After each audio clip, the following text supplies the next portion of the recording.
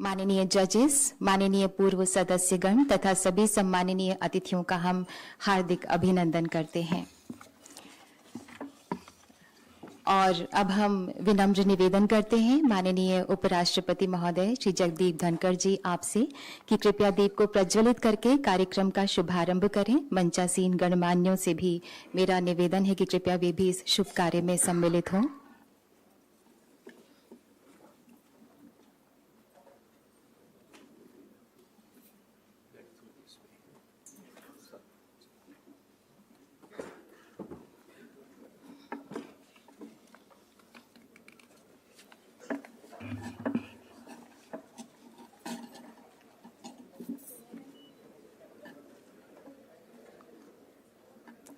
एक दिए से अगर अनेक दिए जलते हैं तो उस दिए का जलना सार्थक हो जाता है।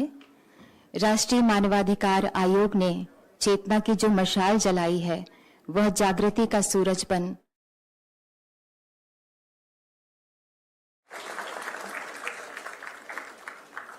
शुभम करोति कल्याणम आरोग्यम धन संपदा शत्रु बुद्धि विनाशाय दीप ज्योतिर नमोस्तुते। दीप ज्योति नमोस्तुते।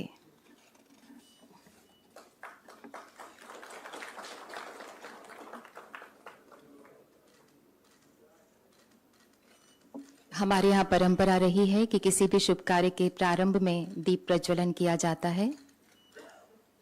इससे माहौल ईश्वरीय हो जाता है, अपनों की शुभकामनाएं साथ जुड़ जाती हैं। We begin any auspicious occasion with lighting of the lamp. बहुत बहुत धन्यवाद माननीय।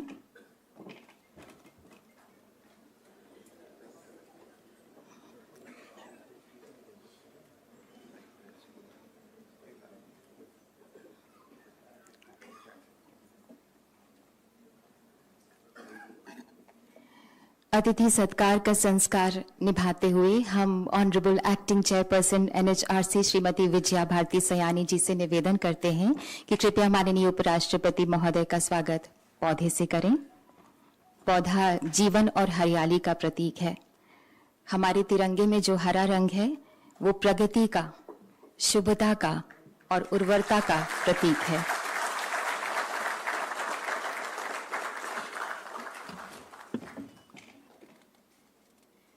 बहुत बहुत धन्यवाद। और अब हम निवेदन करते हैं secretary general NHRC respected Shri Bharatlal ji आपसे कि कृपया स्वागत संबोधन दें।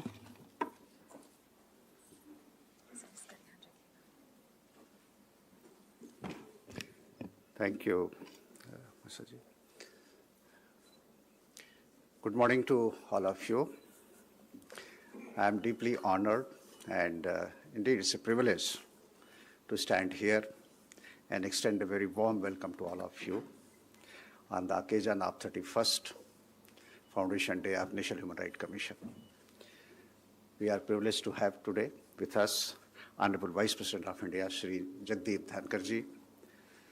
On behalf of NHRC and all of you, I extend a very, very warm welcome to Honorable Vice President of India.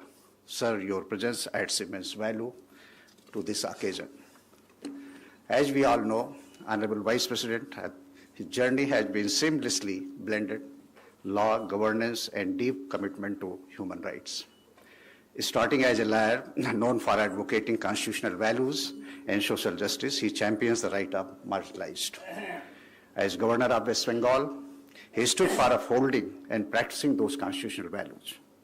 As Vice President of India, he remains a steadfast advocate for fairness, equality, and justice, emphasizing the importance of democratic principles and dignity of all human beings.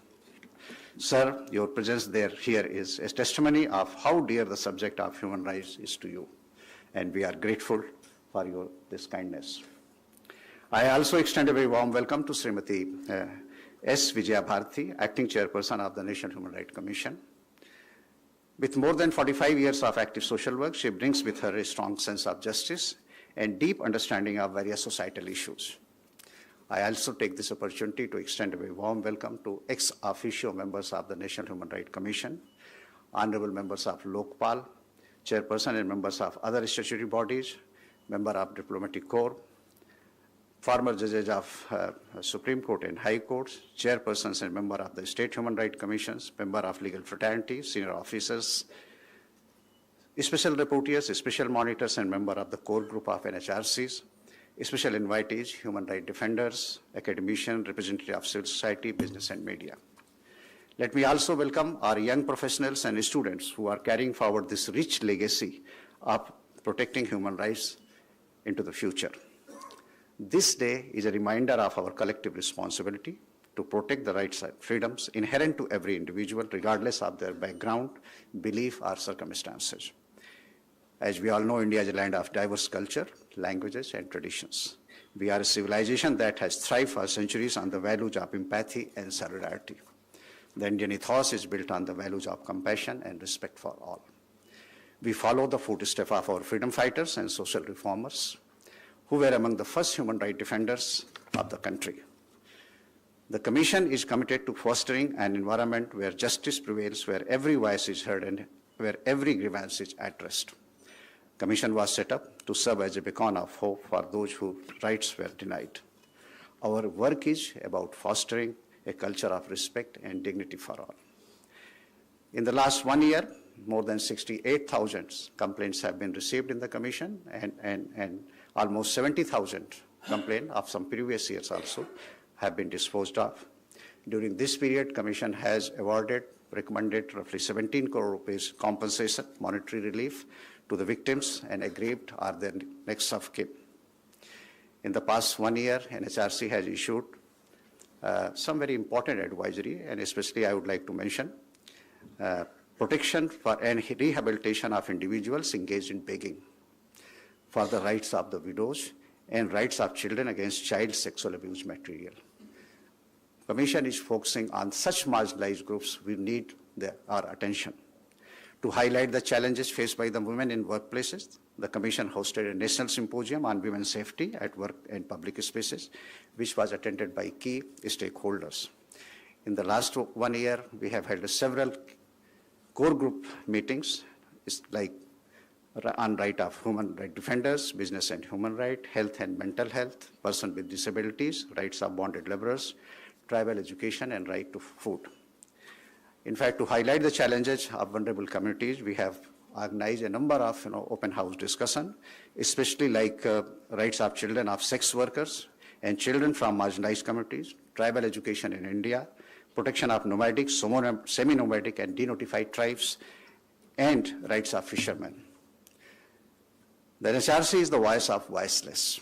The Commission functions to ensure that poor and marginalized are not left behind. The Commission works closely with the government to ensure that no one is left behind. NHRC plays a vital role in promoting human rights discourse at various international forums. The Commission uses these forums to highlight the country's ethos of viewing the whole world as one family, in the lines of Vasudhaiva Kutumbakam, and emphasizing the values of empathy and compassion. Working in close collaboration with other national commissions, their counterparts in the states, and State Human Rights Commission, whose representatives are amongst us today, the National Human Rights Commission underscored the importance of protecting and promoting human rights, ensuring dignity of every individual. On this special day, let us not only celebrate the NHRC's history and successes, but also look forward into the future with hope and determination. With these words, I once again welcome all the esteemed dignitaries and guests. Our special gratitude to Honorable Vice President of India for gracing this occasion, and we look forward to his work. Thank you all very much.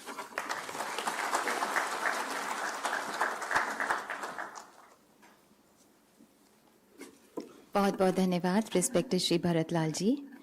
और अब हम अनुरोध करते हैं honourable acting chairperson Shrimati Vijaya Bharati Sayani ji से कि कृपया इस गौरवशाली दिन अपने विचारों से हम सबको अवगत कराएं, हमें संबोधित करें।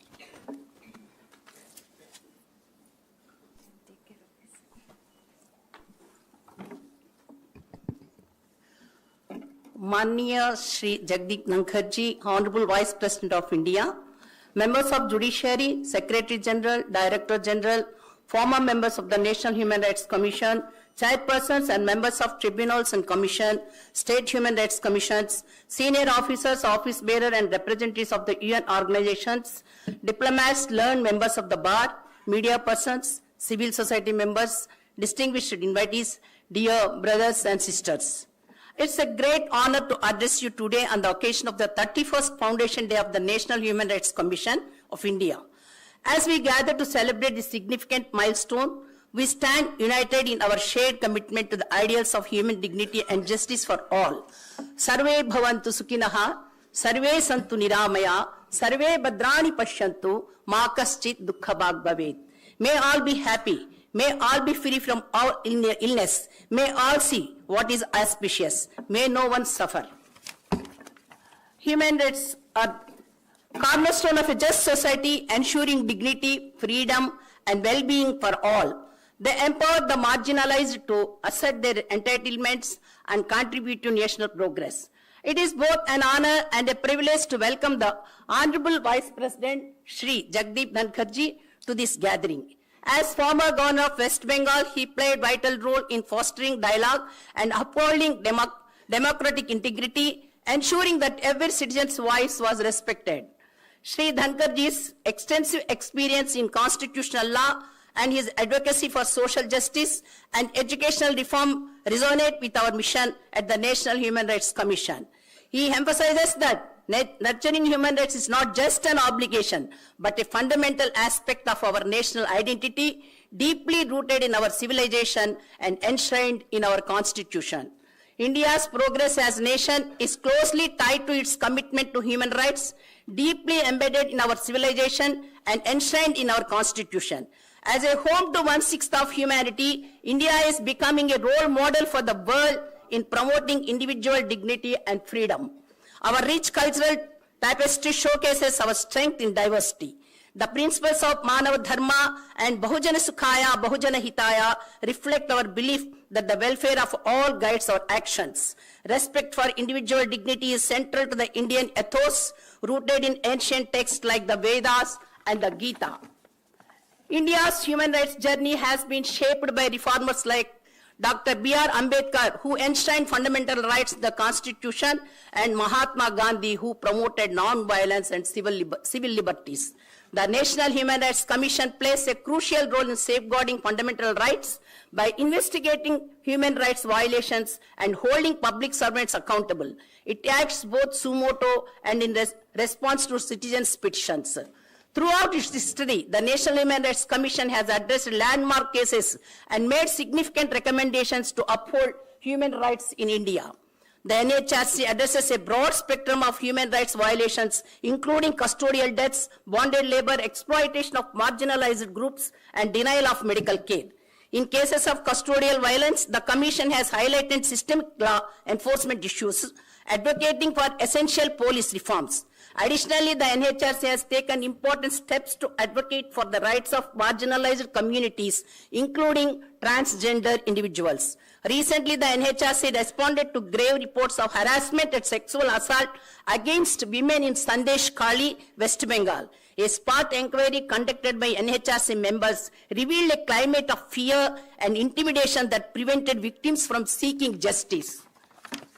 The NHRC conducted independent inquiries alongside addressing complaints, investigating human rights violations in 30 cases over the past year. It also undertakes spot visits to facilities such as prisons, schools, hostels, and health centers. NHRC has appointed special rapporteurs and monitors to focus on critical issues like policy reforms, children's rights, and health. Since its establishment in 1993-94, when only received 496 complaints, from October 2023 to September 2024, the Commission registered an astounding 68,000 complaints and disposed all the cases, showcasing its commitment to justice.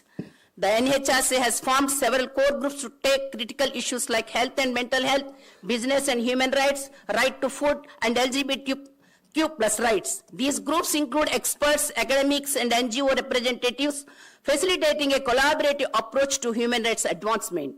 Training for trainers and capacity building programs are being implemented for field officers, police and paramilitary forces to raise awareness about human rights. The National Human Rights Commission has recently issued several advisories to protect vulnerable populations, including impoverished, uneducated children, women, and differently abled individuals engaged in begging. On September 9, 2024, we hosted the National Symposium on Women's Safety at Work and in Public Spaces, uniting key stakeholders to address the challenges faced by women. Additionally, the NHRC has engaged in open house discussions and core group meetings focused on pressing issues like the rights of fishermen and tribal education.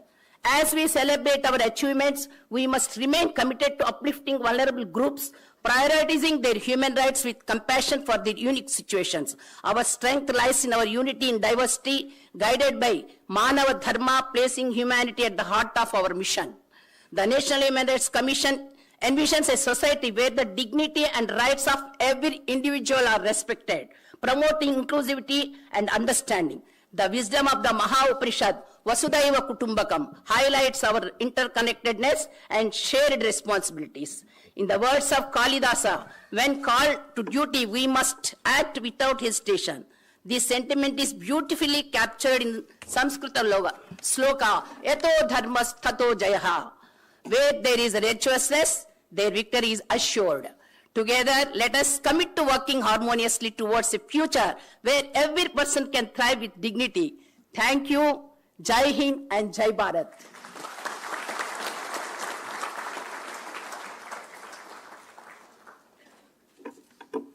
धन्यवाद महोदय। आज का दिन परम सौभाग्य का दिन है जब हमारे बीच देश के माननीय उपराष्ट्रपति महोदय स्वयं पधारे हैं। माननीय, हमारी आपसे करबद्ध प्रार्थना है कि कृपया हम सबका मार्गदर्शन करें, हम सबको संबोधित करें। एक बार जोरदार तालियां माननीय उपराष्ट्रपति महोदय के लिए।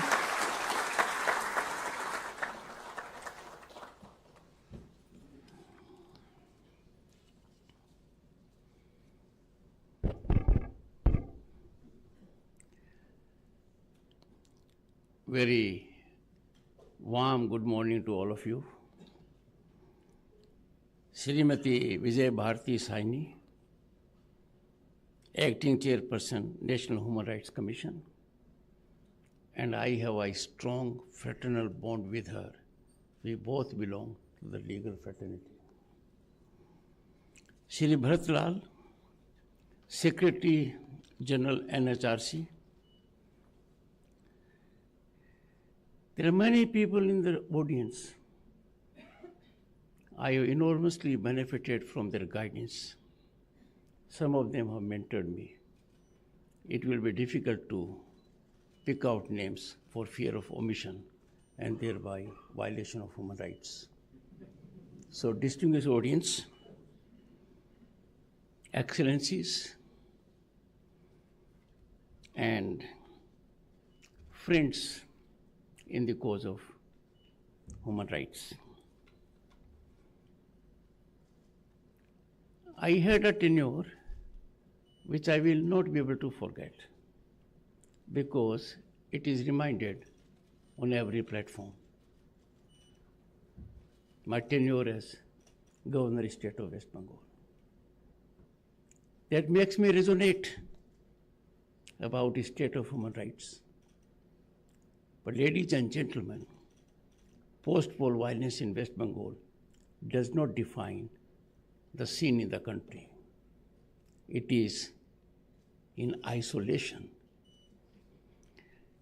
But whenever someone calls me former governor of state of West Bengal, I am reminded of the great contribution by National Human Rights Commission. And law of the ruler rather than rule of law defined the situation. It emanated from a report rendered by former member of National Human Rights Commission, Shri Rajiv Jain. A thorough report that addressed all issues and also indicated the way ahead. Friends, I'm happy to be here to mark the 31st Foundation Day of the National Human Rights Commission of India. Today we are not only commemorating an institution, but the fundamental values that are integral to this institution, integral to the Constitution of India, and more importantly, integral to our society and culture. This year, the World Human Rights Day theme is equality, reducing inequalities, and advancing human rights. Equality has to be understood as it is beyond definition as such. However, indisputably, at the core of equality is that all human beings are born free and equal in dignity and in rights. Religion, race, color, sex, status, or other facets are merely superficial. Discrimination in any form is challenging to core aspects of human rights. Human rights are best secured and nurtured with public response. There can be no greater custodian of human rights than the public at large. We need to stand firm when such violations occur. To respect others' human rights is to respect one's own human rights. To respect others' human rights is a divine duty. These rights are inviolable. Preamble of our Constitution, seeking justice, liberty, equality to all citizens, is a sense of human rights. They need to have fraternal feelings with respect, and for persons who have a different point of view, the other point of view, different perceptions and views. Human rights, friends, can be defined broadly in two ways. First is a narrow one, legal way of defining human rights. Drop of a hat, we jump to it. Make a very small isolated instance as systemic. That's a legal way. The notion grants certain rights to individuals by their inherent being. No law is needed. We are born with human rights. We are born with basic rights. They are inalienable to humanity, inalienable to the individual. And therefore, according to me, in all humility, we must see human rights from this prism. That is our way. That is Indian way. That is the way we have lived through over 5,000 years. No country in the world can lay such a claim. When we go into evolution of these rights, they primarily started to begin with political rights, including the right to life and liberty. There was gradual accretion of other rights. Judiciary in this country has added many dimensions to these rights. But there is another way, and that is the civilizational way of thinking about human rights. That is organicist way. It looks human beings as part of organic whole, including the society, prakriti, nature. And the system as a whole has to live in peace. It is encapsulated. Sarvam Shanti.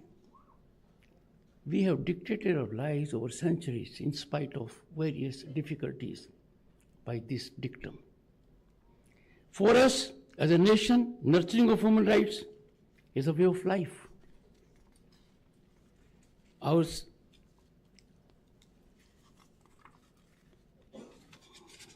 The civilizational way of thinking of rights did not evolve from political rights or economic rights and then adding other rights, such as freedom of conscience.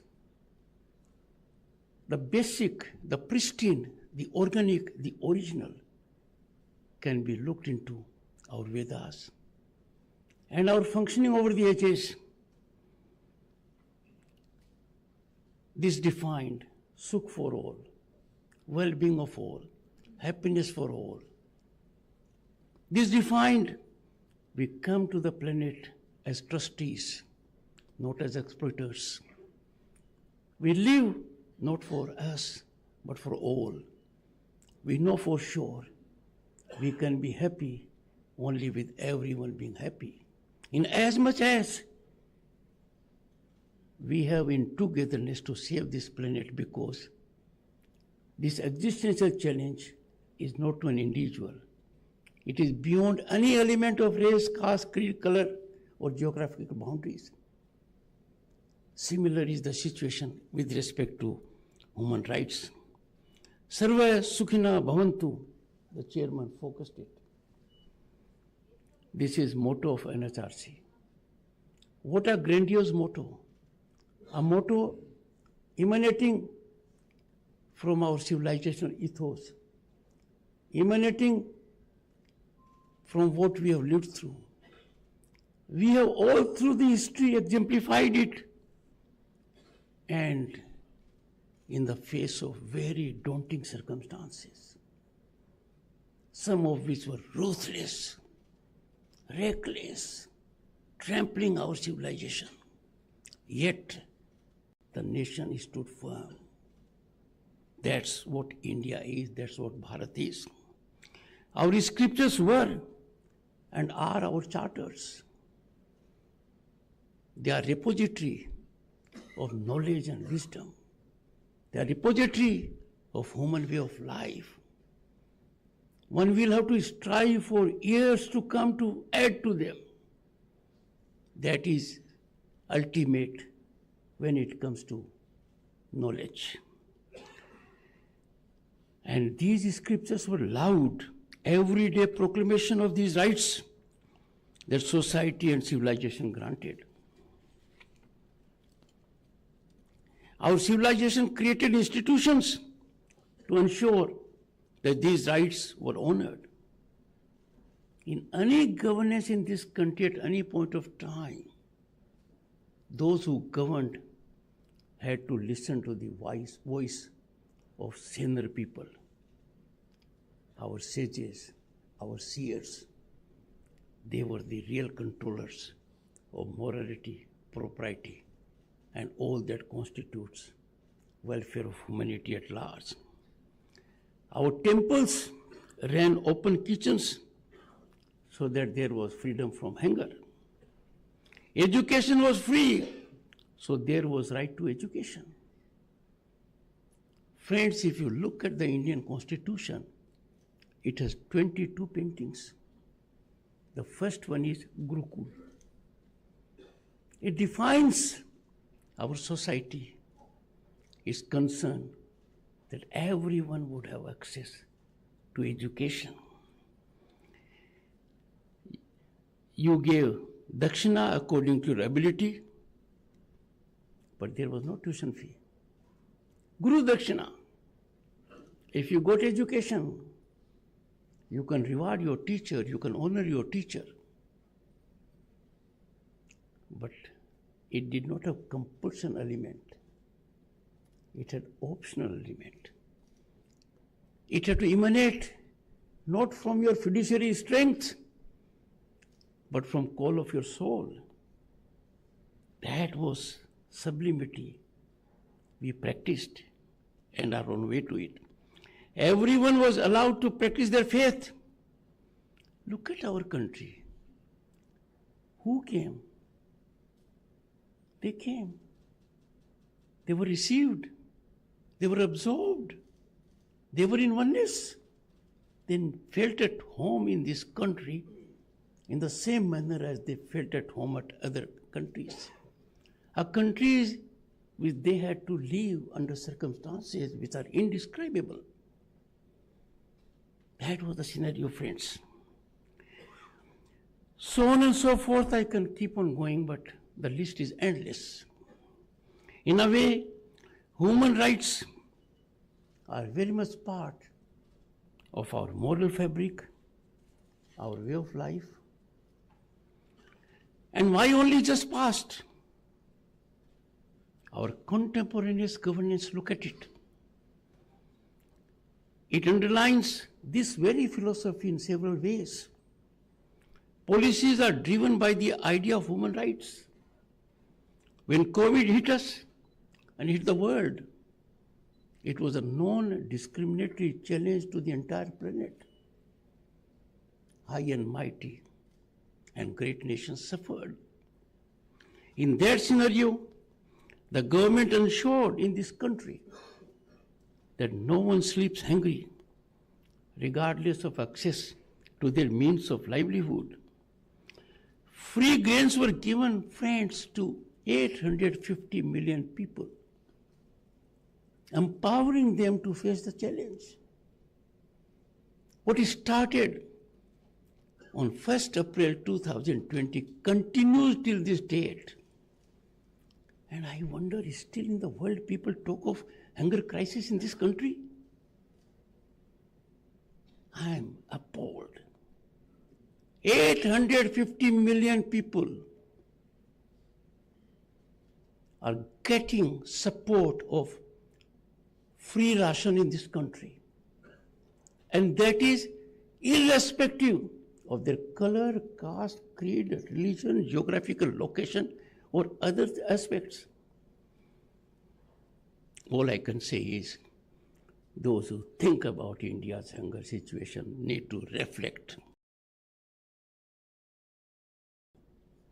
and get into repentance mode. This moral fiber is driving governance in this country. I don't want to reflect more on this.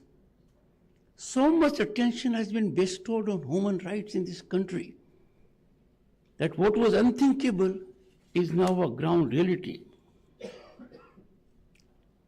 If a widow has to stand in queue for 2 hours and suffer to get pension for the service her late husband rendered, this was loss of dignity.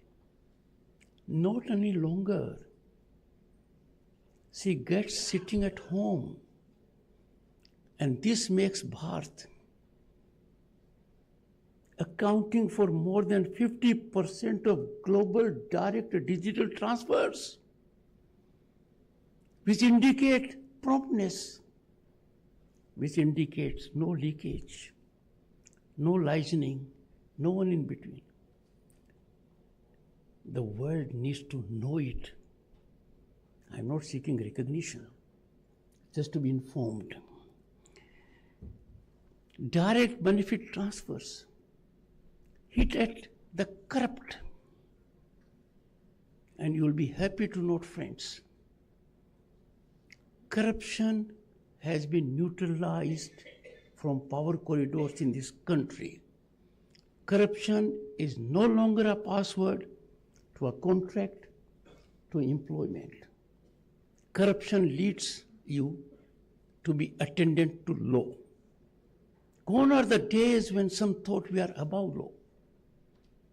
The equality before law in this country has been demonstrated to such a wholesome level that human rights fusion and blossoming is taking place.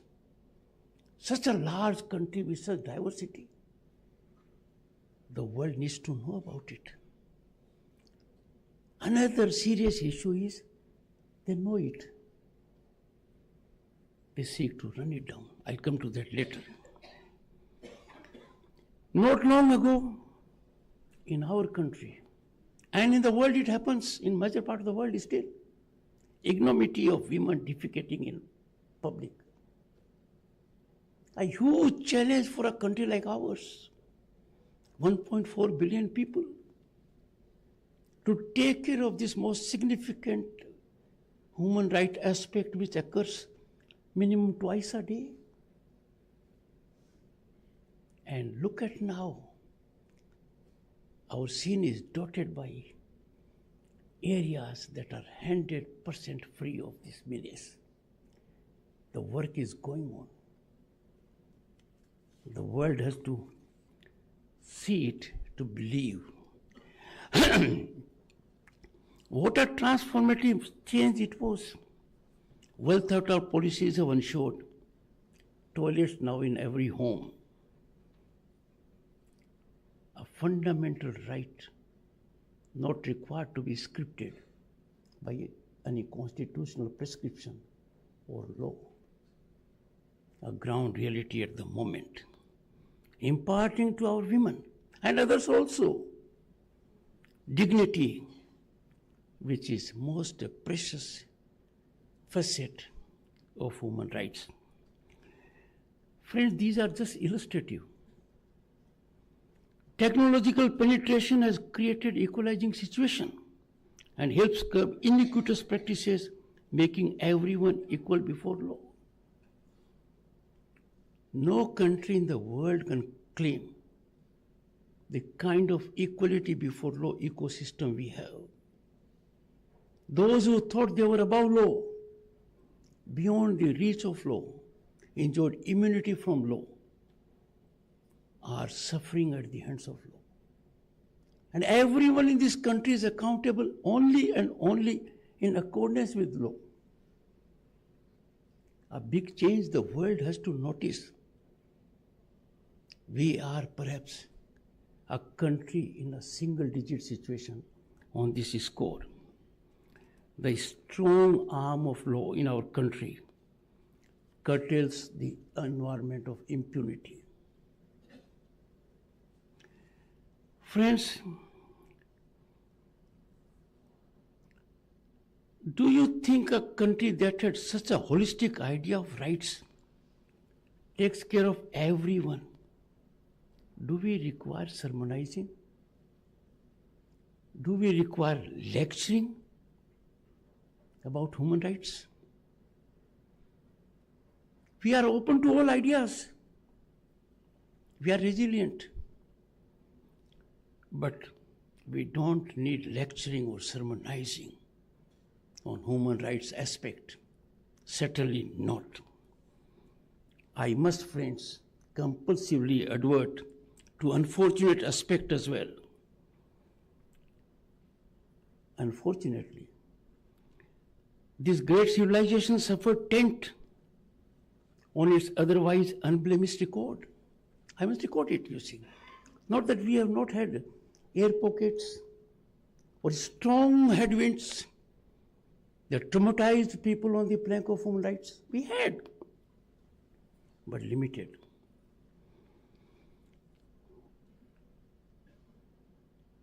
Bharat, long championed as a guardian of human rights, faced 3 stark transgressions that scared generations. They scare my generation. They are scary for younger generations also. The brutal partition being one, the oppressive emergency being the other, and the horrific 1984 riots.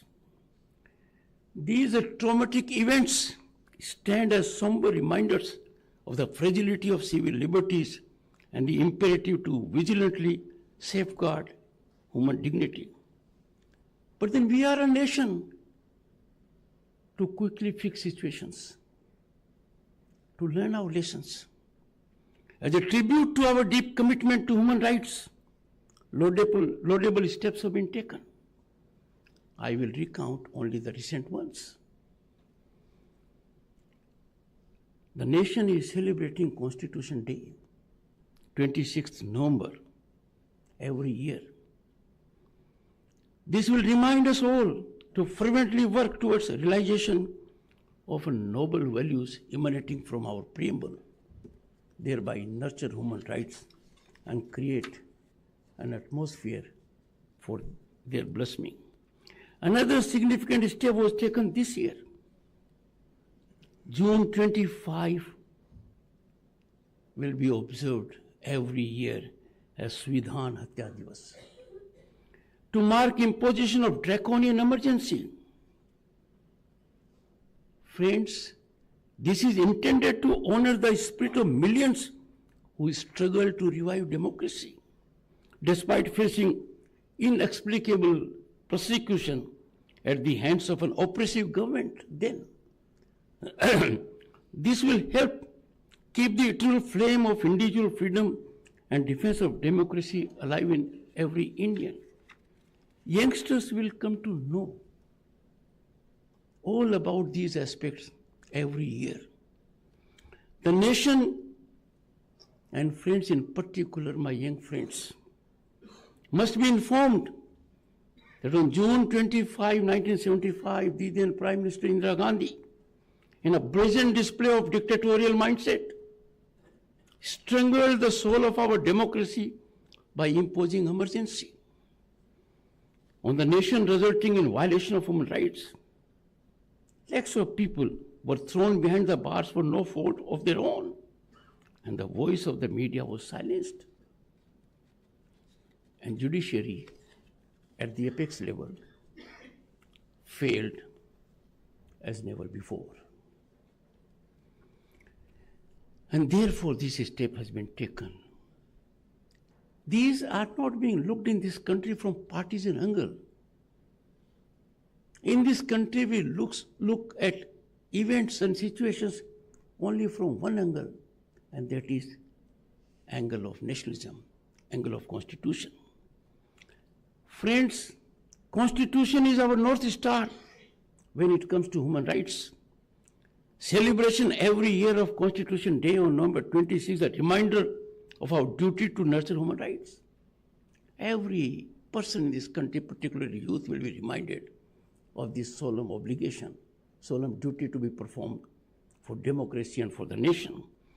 Constitution Hatya Divas similarly on June 25 every year will act always to remind us of the dangers and challenges to human rights. While track record of Bharat as a nation, as custodian of human rights is singularly remarkable, and this I am saying with utmost restraint. I am using minimum words.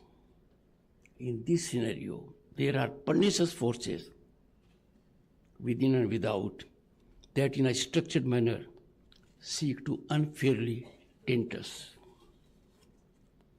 These forces are overzealously in overdrive. They have an agenda that is far distanced from human values or concern for human rights. Friends, such is the sinister design that on all conceivable occasions, these forces that are inimical to Bharat avail national and international fora to tarnish our fair human rights record, arrogating for themselves the right to calibrate. I pose a question to myself. Who has imparted this right to them? And it is most opaque. Hardly due diligence. Ground reality is very different, as I indicated about hunger situation. Some of these think, and that is a colonial mindset. They think they are ordained to enjoy such a right to harangue you. Civilizations like ours, to doctor situations, to impede our growth. These forces have to be neutralized by actions that exemplify, if I may say so in Indian context, pratighat. These people have another strategy. They devise their own indices. They rank everyone in the world. The exercise smacks of imperial hubris. To show a nation in bad color, they have a list of nations. I dare them to come to this country. If there is heavenly spirit, heavenly ecosystem, it exists more here than any part of the globe. We are a nation of saints and sages, culture and civilization, empathy, sympathy. During COVID, facing a challenge, we supported 100 other countries. Wherever there has been a crisis in the globe, by way of evacuation requirement or earthquake, this country has always gone ahead. Expansion is the worst form of human rights transgression. This country has never believed in expansion, has been victim of expansion. Prime Minister of this country has unequivocally stated on a global platform, we are not living in an era of expansion. We have to resolutely address issues and conflagrations by discussion and diplomacy. This is Bharat. These sinister forces are driven by an agenda that is fiscally fueled by people who seek to make a name for themselves, trying to shame them. They try to create havoc with the economic system of this country and made no bones about it, no secret of it. First one partly successful, second one collapsed. The balloon was punctured. Human rights, friends, as a concept, should ignite us to look inwards. There are occasions in your life, day in and day out, when you can serve human rights by hand-holding people, the aged, the challenged, the needy, and also you can do it by counseling. People need counseling. Every country in the world should measure human rights on a yardstick of well-being of their country's body politic, overall economy. In last decade, India's economic growth, which is exponential, incremental, now unstoppable, is not pyramidal. It is plateau. Everyone is getting the benefit who is in the last row. Affordable housing, gas connection, tap water, internet connectivity, road connectivity, and this is non-discriminatory progress. Never in this country a developmental project has been dictated by circumstances that are not sublime, serving the ultimate cause of human rights. A country where even for a single person to exercise his right to vote, arrangements have been made.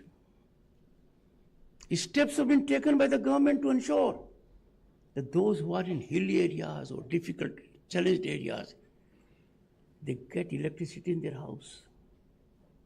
Such is the track record and concern for human rights. Friends, look around the world, look around the globe. You'll find Bharat way ahead of other nations when it comes to preservation of human rights, particularly minorities, marginalized, and vulnerable sections of society. Tell me which country in the world treats its minorities the way Bharat does? We have seen condition of minorities in several nations. Geographically, several nations' names have been totally eradicated when it comes to their demographic composition. Surprisingly, the small segment left behind had to seek refuge in this country. Human rights cannot and should not be used as a tool of foreign policy to exert power and influence over others. Naming and shaming the wrong is a degraded form of diplomacy. You have to preach only what you practice. Friends, if one incident happens, it is disproportionately blown out, fast-tracked, narrative gets wings, voices rise all over, fueled by fiscal power. That is the time when our youth and media must be vigilant. We have to be vigilante of every aspect of human rights. We have to remember we are a nation of 1.4 billion people. An isolated incident cannot define us. But their incidents just go unnoticed. Nelson has never been remembered more. When I think of those nations that turned Nelson's eye to such kind of horrendous transgressions of human rights, I do not wish to dwell more on it, but catalogue the events in Europe alone. You'll find it. Look at our school system. We don't have the kind of shootings that some countries claiming to be very developed have it, virtually on a regular basis. Friends, with those who are closely aligned, an approach turns from clinical analysis to blissful ignorance, which allows us to draw conclusions of the political nature of approach to human rights. And let me remind you of one recent incident, an incident that defines what human rights ought not to be. That is virtually a crucible of decimating human rights. The world has seen it. Some have suffered in this country. The most disheartening aspect of the plight of Hindus in our neighborhood and the deafening silence of so-called moral preachers, custodians of human rights. They are totally exposed. They are mercenaries of something which is totally antithetical to human rights. Look at the kind of barbarity, torture, traumatized experience, boys, girls, women. Look at our religious places being sacrileged. We are too tolerant, and being too tolerant of such transgressions is not appropriate. I call upon everyone in the country to seriously reflect, think if you were one of those. Evidence in episode after episode is piling up that the deep state is engaging in lawfare against rising powers. Somehow it seems they are unable to digest the rise of civilizational states in the international system who assert their own identity. Let me reflect a little away from the issue. Does United Nations Security Council reflect a sense of human rights when it keeps 1/6 of humanity away from it? There has to be auditing of its performance. Friends, the discourse of human rights is calibrated for political projects. Get a project, get money, get some people employed. You are applauded only when you talk negative of this country. I know of an institution in the world that claims to be at the peak. They call Ivy League institutions. A book has been written, Snakes in Ganges, over it. A celebrated figure, world-renowned, Dalai Lama Ji was invited. The invitation was cancelled. The one who took the call to invite was shown the door. And we get preachings from there that in our premier institutions, admissions are accorded by privileged pedigree system, not by merit. I went to school on foot, traveling 6 kilometers, got educated by scholarship, come from a farmer's family. I am before you. Draupadi Murmu, a tribal woman who faced all kinds of challenges, is the first lady and first tribal president of this country. And Prime Minister Narendra Modi, for historic third term after 6 decades, and first term with full majority after 3 decades, and one who has changed the landscape of this country, is an OBC from backward community. The only memory he has of his youth is serving tea while the train came, that too in a hurry to make money. I am defining these 3 top posts in this country of 1.4 billion. If this change is not pro-human rights, if this change is not transformative, well, I fail to understand how to define it.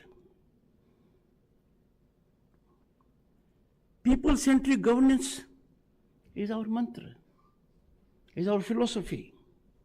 Last mile delivery, welfare of the weakest. You see our civil services, you will be amazed, particularly the people outside the country who get into there, the marginalized.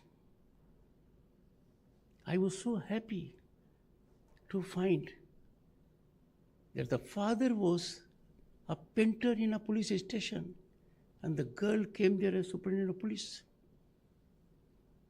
And these instances are not isolated, they are many.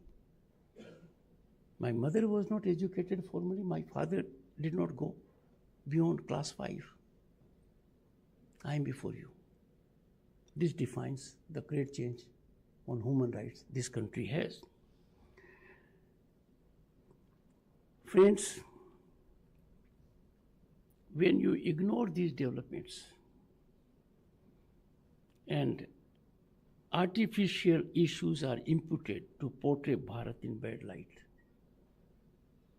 I can only lament the intellect of those heaviness who are distanced from rational approach. It is painful to find such realities when you scratch the surface of those who claim to champion and advocate human rights. I don't want to say more. I know them. We have a system. Institutions are being used, including judiciary. We have to be on guard. Every citizen in this country has to be watchdog of human rights, because those trying to challenge are inspired by ill motivations to destabilize this country. They find our growth indigestible. They are not acting as per their soul or mind. They are being financially manipulated. Much of it has been contained. It shall not be allowed to happen in this country. We are a nation. To us belongs this century. And we will be a developed nation by 2047, making our people in every respect enjoy human rights. Domestically, we should be wary of elements that use human rights to advance their political agenda. I am addressing the community of politicians. Citizen Amendment Act. How can this be an issue? The act does not deprive any citizen of this country of his or her citizenship. The act does not handicap any person on the globe to take recourse to taking citizen of this country. The act is an affirmative step to give citizenship to those who are being hunted, persecuted. And this is not limited to one religion, many religions. Even such a soothing aspect is sought to be challenged. Well, we have a situation, deep state takes shape only in this way, and therefore nip it ruthlessly in the bud when it is seen.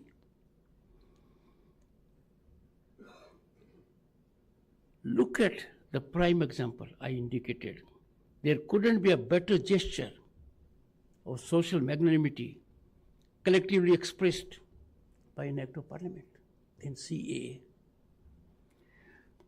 Stateless refugees who are to flee from Bharat under severe repression for committing the sin of choosing to follow their conscience from our neighborhood. They had option to be here. They committed sin of conscience, went, then were suffering day in and day out. And this is being opposed. This balm, this soothing medicine is being opposed on the plank of human rights. How sharper than serpent's tooth could it be? Friends,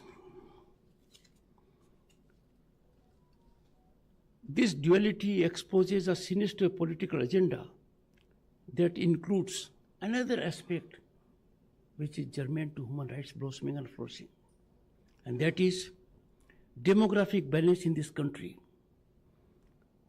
History is testimony that nations have completely lost their identity by not addressing this issue. It has, as a matter of fact, global repercussions from the perspective of human rights. The tremors are being felt nearly all over, more in countries that espouse this menace. They are getting the heat of it. The demographic climate change in the world, and particularly in the nation, is an issue that calls for urgent systemic addressing. I emphasize, friends, demographic climate change is a challenge that is required to be addressed. If the world has to live in peace and harmony, nations have to believe in their nationalism and preserve their identity. I have no doubt you'll appreciate and be one with me. It is already taking shape of an existential challenge. Let's diffuse this, thereby sublimely serving human rights. Another aspect,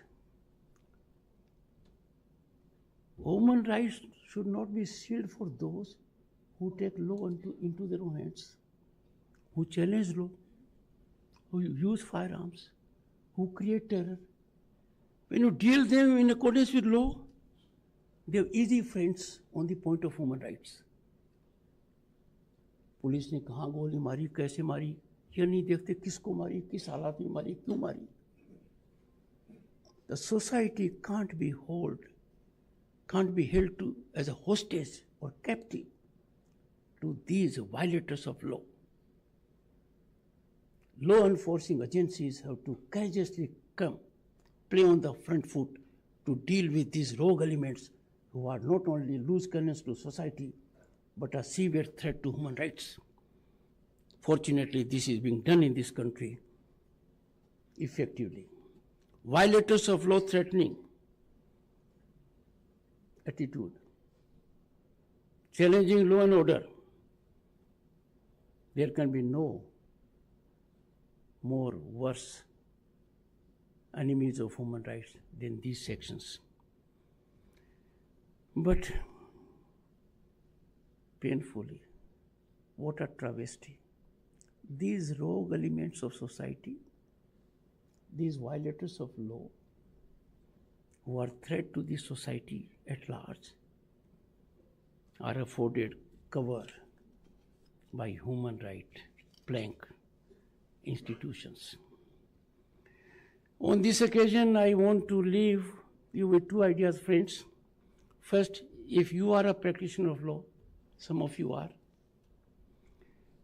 I have been one myself for decades.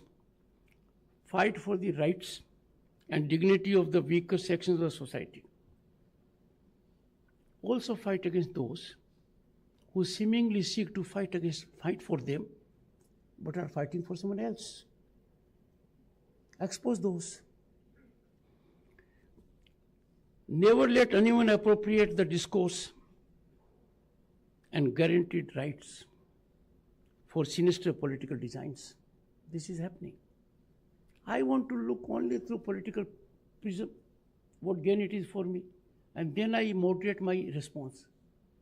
Please don't do it when it comes to nationalism, when it comes to nation, when it comes to development, when it comes to human rights. Play your politics, be partisan, but on these issues, please be bipartisan.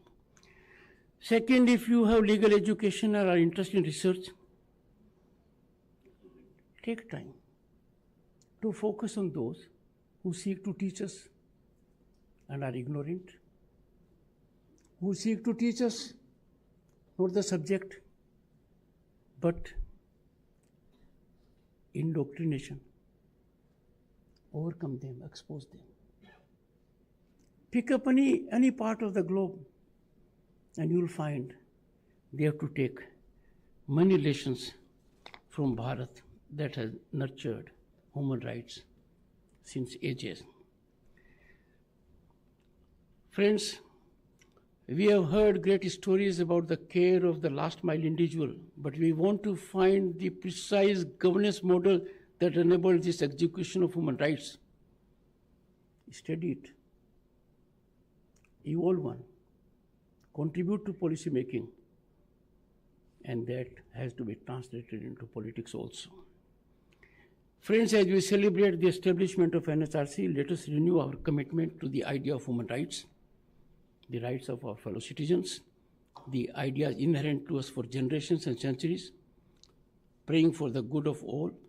Sarve Sukhina Santu.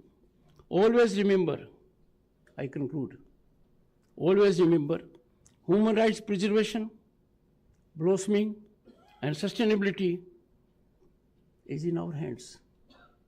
It is our collective and societal duty that we must unfailingly perform. Thank you for your time.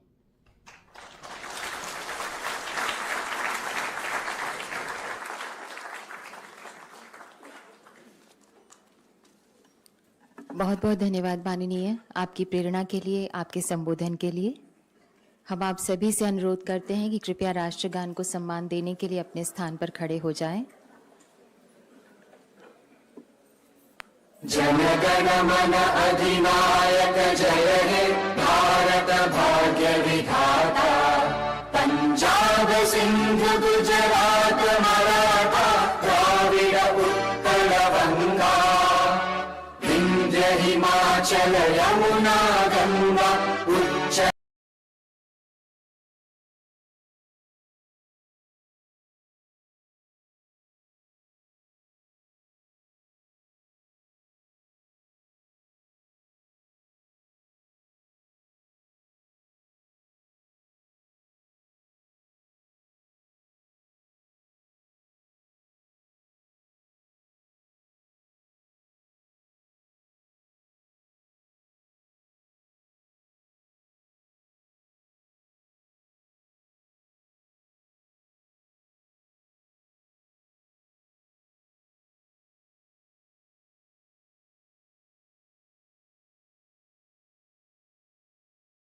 हृदय से धन्यवाद।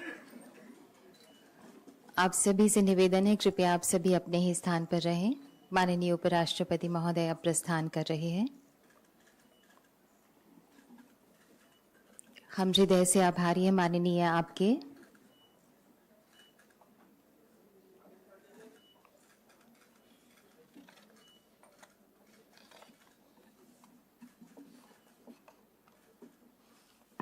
आप सभी कृपया अपनी ही जगह पर रहें। माननीय उपराष्ट्रपति जी प्रस्थान कर रहे हैं और